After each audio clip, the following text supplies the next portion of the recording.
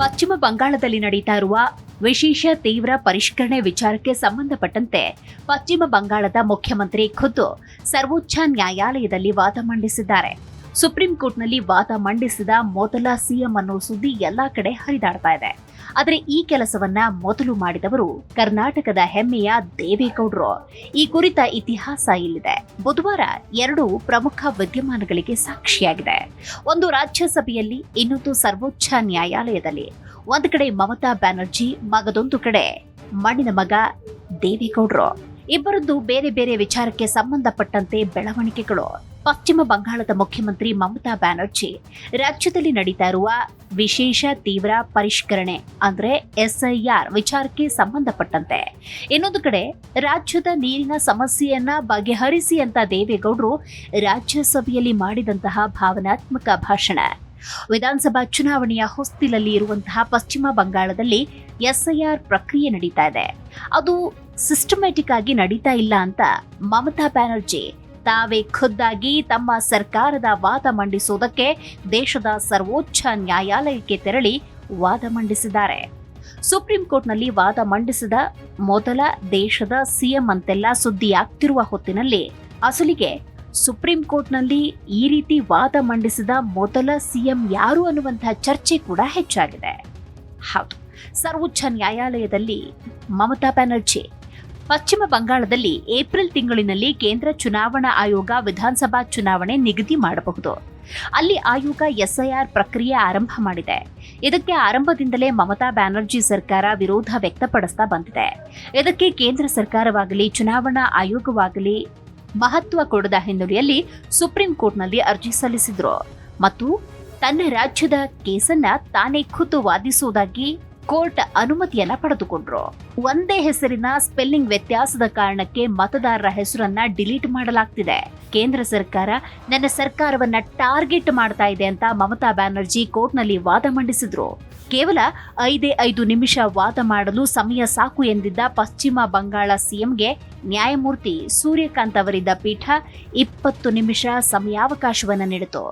ವಾದ ಆಲಿಸಿದ ಸರ್ವೋಚ್ಚ ನ್ಯಾಯಾಲಯದ ನ್ಯಾಯಪೀಠ ಕೇಂದ್ರ ಚುನಾವಣಾ ಆಯೋಗಕ್ಕೆ ನೋಟಿಸ್ ಕೊಟ್ಟಿದೆ. ಭಾರತದ ನ್ಯಾಯಾಂಗ ಇತಿಹಾಸದಲ್ಲಿ ಸುಪ್ರೀಂ ಕೋರ್ಟ್ನಲ್ಲಿ ಅರ್ಜಿಯ ಪರವಾಗಿ ವಾದ ಮಂಡಿಸಿದ ಮೊದಲ ಮುಖ್ಯಮಂತ್ರಿ ಮಮತಾ ಬ್ಯಾನರ್ಜಿ ಅಂತ ಈ ಘಟನೆ ನಡೆದ ಸಂದರ್ಭದಲ್ಲಿ ಸುದ್ದಿಯಾಯಿತು. ಆದರೆ ಮುಖ್ಯಮಂತ್ರಿಯಾಗಿ ಈ ಕೆಲಸವನ್ನ 1995ರಲ್ಲೇ HD ದೇವೇಗೌಡರು ಮಾಡಿದ್ರು. ಅದರ ಹಿನ್ನೆಲೆಯನ್ನ ನೋಡ್ತಾ ಹೋಗೋಣ. ಹೌದು, ದೇವೇಗೌಡರು ಮುಖ್ಯಮಂತ್ರಿಯಾಗಿದ್ದಾಗ ಸುಪ್ರೀಂ ಕೋರ್ಟ್ನಲ್ಲಿ ವಾದ ಮಂಡಿಸಿದ್ರು. ಕರ್ನಾಟಕ ರಾಜ್ಯದ ನೀರಾವರಿ ವಿಚಾರಕ್ಕೆ ಸಂಬಂಧಪಟ್ಟಂತೆ ಮಾಜಿ ಪ್ರಧಾನಿ, ರಾಜ್ಯಸಭಾ ಸದಸ್ಯರೂ ಆಗಿರುವ HD ದೇವೇಗೌಡರಿಗೆ ಇರುವಷ್ಟು ಅನುಭವ ಇನ್ಯಾವ ರಾಜಕಾರಣಿಗಳಿಗೂ ಇಲ್ಲ ಅನ್ನುವುದನ್ನ ಅವರ ವಿರೋಧಿ ಬಣದಲ್ಲಿರುವ ಮುಖ್ಯಮಂತ್ರಿ ಸಿದ್ದರಾಮಯ್ಯನವರು ಹಲವು ಬಾರಿ ಹೇಳಿದ್ದಾರೆ. ಡಿಸೆಂಬರ್ 11, 1994ರಲ್ಲಿ ವೀರಪ್ಪ ಮೊಯ್ಲಿ ಅವರು ರಾಜೀನಾಮೆ ನೀಡಿದ ನಂತರ ರಾಜ್ಯದ 11ನೇ ಮುಖ್ಯಮಂತ್ರಿಯಾಗಿ HD ದೇವೇಗೌಡರು ಪ್ರಮಾಣ ವಚನ ಸ್ವೀಕರಿಸಿದ್ರು. 1 ವರ್ಷ 172 ದಿನಗಳ ಕಾಲ ದೇವೇಗೌಡರು ಕರ್ನಾಟಕದ ಮುಖ್ಯಮಂತ್ರಿಯಾಗಿ ಕಾರ್ಯನಿರ್ವಹಿಸಿದ್ರು. ಆ ವೇಳೆ ಅಂತಾರಾಜ್ಯ ನದಿ ನೀರು ಹಂಚಿಕೆ ಸಂಬಂಧ ಅಕ್ಕಪಕ್ಕದ ರಾಜ್ಯದಿಂದ ಬಹಳಷ್ಟು ಒತ್ತಡಗಳು ಬಂದವು. ಅದರಲ್ಲಿ ಒಂದು ಅಖಂಡ ಆಂಧ್ರ ಪ್ರದೇಶದ ಜೊತೆಗಿನ ಕೃಷ್ಣಾ ನದಿ ನೀರು ಹಂಚಿಕೆ. ಆ ವೇಳೆ ಆಂಧ್ರದಲ್ಲಿ ಮುಖ್ಯಮಂತ್ರಿ ಆಗಿದ್ದವರು ನಾರಾ ಚಂದ್ರಬಾಬು ನಾಯ್ಡು. ಕೃಷ್ಣಾ ಮೇಲ್ದಂಡೆ ಆಲಮಟ್ಟಿ ಜಲಾಶಯಕ್ಕೆ ಸಂಬಂಧಪಟ್ಟಂತೆ ಸುಪ್ರೀಂ ಕೋರ್ಟ್ನಲ್ಲಿ ವಿಚಾರಣೆ ಕೂಡ ನಡೀತಾ ಇತ್ತು. ಆಂಧ್ರ ಪ್ರದೇಶದಿಂದ ಪದೇ ಪದೇ ಈ ವಿಚಾರಕ್ಕೆ ಸಂಬಂಧಪಟ್ಟಂತೆ ಕಿರಿಕಿರಿಯಾಗುತ್ತಿದ್ದಾಗ ಖುದ್ದು ದೇವೇಗೌಡರೇ ಅಖಾಡಕ್ಕಿಳಿದ್ರು. 1995ರಲ್ಲಿ ನಡೆದ ಈ ವಿಚಾರಣೆಯ ವೇಳೆ ದೇವೇಗೌಡರು ವಾದ ಮಂಡಿಸಲು ಹೋಗಿರಲಿಲ್ಲ. ಬದಲಿಗೆ ರಾಜ್ಯದ ವಾದವನ್ನ ಅವಲೋಕಿಸುವುದಕ್ಕೆ ನ್ಯಾಯಾಲಯಕ್ಕೆ ಹೋಗಿದ್ರು. ಕರ್ನಾಟಕಕ್ಕೆ ಹಿನ್ನಡೆಯಾಗ್ತಾ ಇದ್ದುದರಿಂದ ದೇವೇಗೌಡರು ಸುಪ್ರೀಂ ಕೋರ್ಟ್ಗೆ ಹೋಗಿರ್ತಾರೆ. ಸರ್ವೋಚ್ಚ ನ್ಯಾಯಾಲಯಕ್ಕೆ ಸ್ವತಃ ದೇವೇಗೌಡರು ಮಾಹಿತಿ ನೀಡಿದ ದಿನ ಅದು. ಸರ್ವೋಚ್ಚ ನ್ಯಾಯಾಲಯದಲ್ಲಿ ಅರ್ಜಿಯ ವಿಚಾರಣೆಯ ವೇಳೆ ಗ್ಯಾಲರಿಯಲ್ಲಿ ಕೂತು ದೇವೇಗೌಡರು ವಾದ ಪ್ರತಿವಾದವನ್ನ ಆಲಿಸ್ತಾ ಇರ್ತಾರೆ. ಆಲಮಟ್ಟಿ ಅಣೆಕಟ್ಟಿಗೆ ಸಂಬಂಧಪಟ್ಟಂತೆ ನ್ಯಾಯಮೂರ್ತಿಗಳ ಪ್ರಶ್ನೆಗೆ ರಾಜ್ಯದ ವಕೀಲರು ತಡಕಾಡಿದ ಸಂದರ್ಭದಲ್ಲಿ ನೀವು ಅನುಮತಿಯನ್ನ ಕೊಟ್ರೆ ನೀವು ಕೇಳಿದ ಮಾಹಿತಿಯನ್ನ ನಾನು ಕೊಡುವೆ ಎಂದು ನ್ಯಾಯಪೀಠಕ್ಕೆ ಮನವಿಯನ್ನ ಮಾಡ್ತಾರೆ HD ದೇವೇಗೌಡರು. ಕೋರ್ಟ್ ಅನುಮತಿ ಕೊಡ್ತು. ವಕೀಲರ ಡ್ರೆಸ್ನಲ್ಲಿ ಇಲ್ಲದಿದ್ರೂ ಸುಪ್ರೀಂ ಕೋರ್ಟ್ನಲ್ಲಿ ನ್ಯಾಯಮೂರ್ತಿಗಳು ಕೇಳಿದ ತಾಂತ್ರಿಕ ದಾಖಲೆಯನ್ನ ನೀಡ್ತಾರೆ. ಕರ್ನಾಟಕದ ಸಮಸ್ಯೆಯನ್ನ ಜಡ್ಜ್ಗಳಿಗೆ ಮನದಟ್ಟಾಗುವಂತೆ HD ದೇವೇಗೌಡರು ವಿವರಿಸ್ತಾರೆ.